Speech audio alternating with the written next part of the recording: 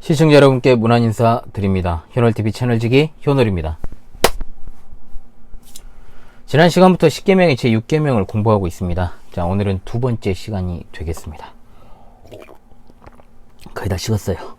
자, 지난 시간에는 이제 살인이라고 하는 것에 용어에 대한 용례를 좀 봤고요. 생명을 끊는 행위, 즉 살인에 대해서 상고하기 앞서서 생명이란 무엇인지에 대해서 입이 얼었나봐요.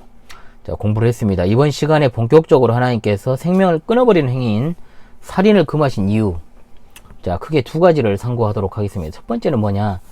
사람은 하나님 형상으로 지음받았기 때문입니다.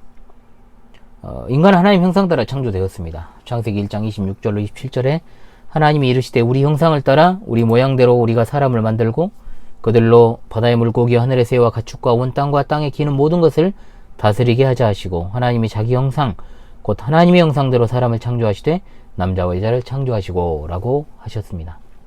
인간이 하나님의 형상으로 창조되었다고 하는 말은 신자뿐만 아니라 모든 인간을 가리키는 겁니다. 성경에 명시적으로 살인을 금한 기록은 홍수 이후에 이제 등장을 하고 있죠. 하나님께서 홍수로 세상을 심판하신 상황에 대해서 창세기 6장 11절에 그때에 온 땅이 하나님 앞에 부패하여 포악함이 땅에 가득한지라 하나님이 보신즉 땅이 부패하였으니 이는 땅에서 모든 혈육 있는 자의 행위가 부패함이었더라 말합니다. 심지어 가인의 후손 가운데 라멕이라는 사람은 사람을 죽인 것을 자랑하고 노래하기까지 하죠. 하나님을 조롱하고 두 아내를 최초로 또 거느렸던 사람이기도 하고요. 하나님께서는 그렇게 하나님을 조롱하고 반역하는 라멕과도 같은 사람들이 넘쳐나는 그 시대를 가만두시지 않고 그 사람들을 홍수로 심판하셨습니다. 그래서 하나님께서 이제 세상을 갖다가 싹 쓸어버리신 다음에 노아의 가족 8명을 제외하고 그래 큰 심판을 세상에 겪었잖아요. 그러면 이제 부패와 포악함이 그쳐야 되는데 그러지 않았어요. 그렇지 않습니까? 참 이게 큰 문제인데, 홍수 심판 이후에 하나님께서는 정확히 말씀으로 이것을 가르치시죠. 창세기 9장 6절에 다른 사람의 피를 흘리면 그 사람의 피도 흘릴 것이니 이는 하나님이 자기 형상대로 사람을 지으셨음이니라. 아멘.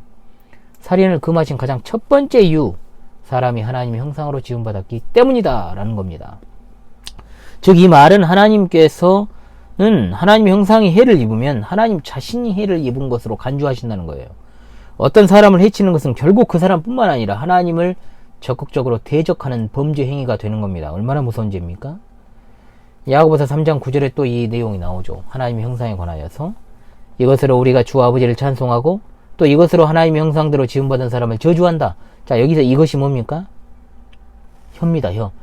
사람이 언어 기관으로서 혀를 가리키죠. 하나님을 찬송하던 그 혀로 하나님의 형상으로 지음받은 사람을 저주한다, 이 말이에요. 저주한다.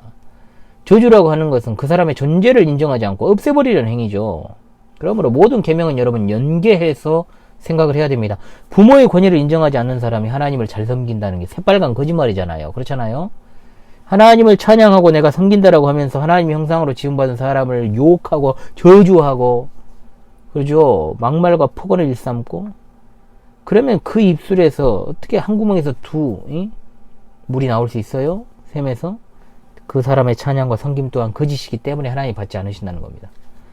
그처럼 하나님께서는 자기 형상으로 지으신 사람을 참 귀중하게 여기시는 거예요. 신적은 불신적은 상관없이 사람이 하나님의 형상으로 지음받았다는 그 사실은 변동 없습니다. 단지 하나님의 형상의 상당 부분을 타락 이후에 잃어버렸다는 것일 뿐 그 근본에 있어서는 변함이 없습니다. 사람은 하나님의 형상으로 지음받았기 때문에 자신의 존재의 목적과 이유와 근거를 하나님께만 찾아야 되죠. 그런데 타락 이후에는 그걸 잃어버렸어. 방향이 잃어버렸어. 눈이 멀어버렸고 들을 귀가 없습니다. 그러니까 자신의 존재의 목적과 근거를 갖다가 하나님이 아니라 자신이 가진 것에서 찾거나 또는 자신이 이룬 것에 찾거나 남에게서 찾는 거예요. 그것이 바로 우상 숭배의 형태로 나타나죠. 그러므로 하나님의 형상으로 지음받은 사람의 실체를 알기 위해서는 당연히 그 형상의 근원이 되시는 누구? 하나님께로 나아가야 되는 것입니다. 그러므로 사람의 생명이 하나님의 것이라는 것에 대해서는 두말할 필요가 없죠. 시편 가장 마지막 구절은 이겁니다. 호흡 있는 자마다 여호와를 찬양할지어다. 아멘. 이것보다 더 우리의 생명이 하나님의 것이라는 사실을 증언하는 구절이 없죠. 설명하는 구절 없어요. 호흡, 즉 생명이 있는 자라면 마땅히 생명을 주시고 붙들어 주시고 유지시켜 주시는 하나님을 찬양해야 된다라는 겁니다. 생명은 하나님의 것입니다. 믿습니다. 이것을 해치는 사람은 근원적으로 하나님께 죄를 짓는 거예요. 직접적으로 하나님께 칼을 휘두른 거랑 똑같단 말이에요. 그렇지 않습니까? 자, 여기서 두 번째 이유가 나왔죠. 인간의 생명이 바로 하나님의 것이니까 살인을 금하신 겁니다. 앞서 말씀드렸듯이 사람을 해치는 행위는 하나님을 대적하는 겁니다. 내 생명이 내 것이라면 아무렇게나 해도 상관없겠죠. 내 것이고 내가 마음대로 해도 된다면. 그래서 사람들은 자기 삶에 대해서 자기가 책임을 지고 간다라고 생각을 하고 또 어떤 책임져야 될 상황에 놓였을 때, 삶에 있어 막다른 골목이라고 자신이 생각할 때 스스로 목숨을 끊습니다. 좀 비겁한 행위죠. 자살에는 여러 가지 이유가 있겠지만 어찌되었든 간에 자살이라고 하는 것은 여러분 분명히 그 어떤 것보다도 하나님의 주권을 무너뜨리는 행위입니다. 이걸 인정해야 돼요. 하나님의 형상으로 지음받은 생명은 하나님께만 달려있다는 거예요. 생명은 사람의 것이 아니란 말입니다.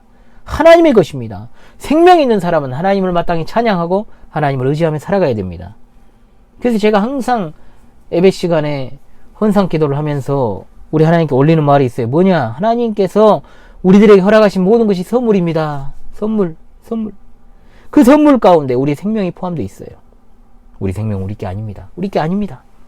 그 소유권이 하나님께 있기 때문에 인간의 생명을 자의적으로 파괴시키는 행위는 하나님의 소유물을 불법으로 처리해버리는 것과 똑같은 거예요. 중대한 죄악이죠.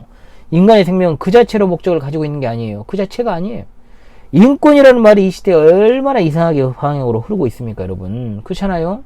인권 부르짖는 것들 봐봐요. 면면을 이상해. 성경이 말한 인권은 뭡니까? 참다운 인권은 창조주 하나님께서 질서를 세우시고 또 그 질서 위에 하나님의 계명과 법도 안에서 인간이 누리는 권리를 말하는 겁니다. 하나님이 있고 인간이 있다는 말이에요. 그러므로 창조주 하나님이 세우신 질서를 무너뜨려버리고 창조주 하나님을 갖다가 배제시켜버리는 인권은 존재하지 않는 거예요. 하나님이 금하시는 동성애를 비롯한 여러 가지 불법적인 행위들을 갖다가 인권이라는 미명하에 갖다가 밀어붙이는 것은 전혀 인권이 아니라는 겁니다. 그건 인권이 아니에요. 인간을 갖다가 망가뜨리는 거지. 인간으로 하여금 어떻게 해서든 그의 근원을 찾아갈 수 있도록 인도해 주는 것이 그리스도교 아니에요. 그렇지 않습니까? 인간의 생명은 그 자체가 목적이 아니란 말입니다. 하나님을 섬기는 데 필요한 도구가 되어야 되는 것이 바로 인간입니다. 기억해야 됩니다. 물론 인간의 생명은 다른 동물보다 소중합니다. 중요합니다. 인간의 생명은 하나님을 바르게 섬기기 위한 하나님의 영광의 도구로 주어졌기 때문입니다. 그러나 이 사실을 알지 못하면 삶이 제대로 정립이 안 됩니다. 그 어떤 고상한 삶을 살아간다 해도 허무함만 느끼다가 방향을 잃고 그저 삶을 마감하게 될 것입니다. 결국 이웃에 대한 의무를 지키는 계명이라는 전제로 살인하지 말라는 6계명을 단순히 사람 사이의 관계로 봐서는 안 된다는 말이면 이것은 이웃에 대한 하나님의 계명이라. 하나님의 계명. 그러므로 이 계명을 어기게 되면 하나님 앞에서 반드시 직접적인 책임을 갖다가 져야 되는 것이고 생명의 주관 되시는 하나님께서 그 책임을 엄히 물으신다 이겁니다. 그러므로 하나님이 주시는 계명의 핵심은 더욱 분명합니다. 내 마음을 다하고 목숨을 다하고 뜻을 다하고 힘을 다하여 주 너의 하나님을 사랑하라 하신 것이요 둘째는 이것이니 내 이웃을 내 자신과 같이 사랑하라 하신 것이라. 이보다 더 큰 계명이 없느니라. 이거 절대적이에요. 계명은 절대로 행위의 문제에 국한되는 것이 아니라 마음의 문제입니다. 의식적으로 율법 잘 준수했잖아요. 누가? 유대 종교 지도자들이, 오늘날의 위선자들이 얼마나 많습니까? 그들이 마음으로 하나님을 사랑하지 않고 또한 이웃을 자신들의 규례로 억압을 했습니다. 그러므로 이웃의 행복을 갖다 적극적으로 해치거나 소극적으로는 이웃의 행복에 대해 무관심한 태도, 이것은 우리가 살인하지 말라는 6째 계명을 어기는 것이라 이 말입니다. 시간이 또 길어지고 있죠. 여러분, 다음 시간이 6계명에 대한 마지막 시간이 될지 아니면 한 번의 수업을 더 하게 될지는 모르겠습니다만은 어찌되었든 다음 시간에 뵙도록 하겠습니다. 복습은 여러분의 것입니다. 자, 6계명도 막바지네요. 이번 시간도 수고하셨습니다.